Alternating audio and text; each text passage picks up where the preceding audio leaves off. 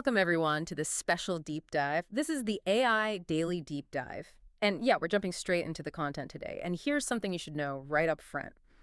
The entire research outline, the selection of these top 5 stories, all researched and generated by AI, focusing only on today, Thursday, October 9th, 2025. Right. And our mission really is to guide you through what the AI itself pulled out. We're going to give you a quick, comprehensive snapshot of today's landscape, everything from, buying houses to exploring space. Okay, let's unpack this then, starting with something pretty fundamental, finding a place to live. There's a new Realtor.com survey out. It found, get this, 82% of home shoppers are using AI tools. ChatGPT, Gemini, those are the popular ones, apparently. 82%, that's huge. Yeah.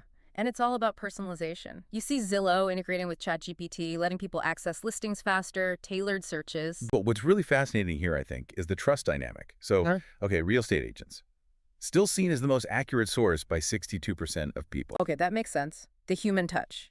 Right, but AI is right behind them. 61% said AI made them feel, quote, smarter during the process. Feel smarter. Yeah. Interesting. So it's not just about accuracy, it's about empowerment. Exactly. It suggests AI streamlines things, makes users feel more capable, even if that human expert still holds the final validation spot. Okay, so that efficiency push, it leads us nicely into the next story. The sheer cost of building all this AI. OpenAI, still the world's most valuable startup, right? Valuation just shot past $500 billion.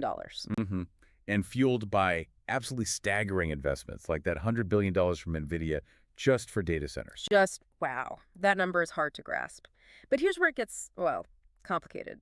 Despite that huge valuation, OpenAI apparently expects its losses to triple, up to maybe $14 billion by 2026. Yeah, and that contradiction is raising alarm bells. We literally just saw warnings yesterday, October 8th. From the Bank of England and the IMF too, right? Exactly. Directly comparing these current valuations to the dot-com boom of the late 90s, that's not a comforting comparison. So is the skepticism warranted? I mean, is it just hype? Well, look at the results side. An MIT study recently found 95% of organizations they surveyed reported no measurable return on their AI projects yet. Wow. Okay.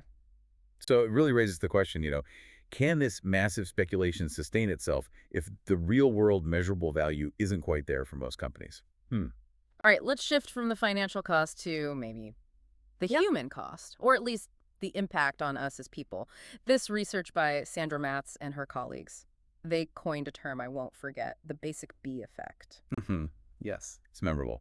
And it looks at how AI agents, recommenders and assistants affect our individuality based on over 110,000 real decisions. And they found it kind of works in 2 ways, making us less unique. Basically, yeah, a dual flattening, you could say. Yeah. So generic AI, the kind that just gives you popular recommendations, that reduces interpersonal distinctiveness. Meaning it makes my choices look more like everyone else's choices. Exactly. But then personalized AI, the kind tuned just for you, that reduces intrapersonal diversity. Interpersonal. So diversity within myself.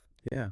It makes you more predictable over time. It learns what you like and just keeps feeding you slight variations, optimizing for efficiency, maybe, but not novelty. So the algorithm optimizes the interesting accidents out of my life. Makes me boring. That's the subtle danger, isn't it? AI doesn't necessarily replace you. It just nudges you towards predictability. Less exploration, fewer surprises, ultimately maybe less interesting. Okay, that's a bit chilling.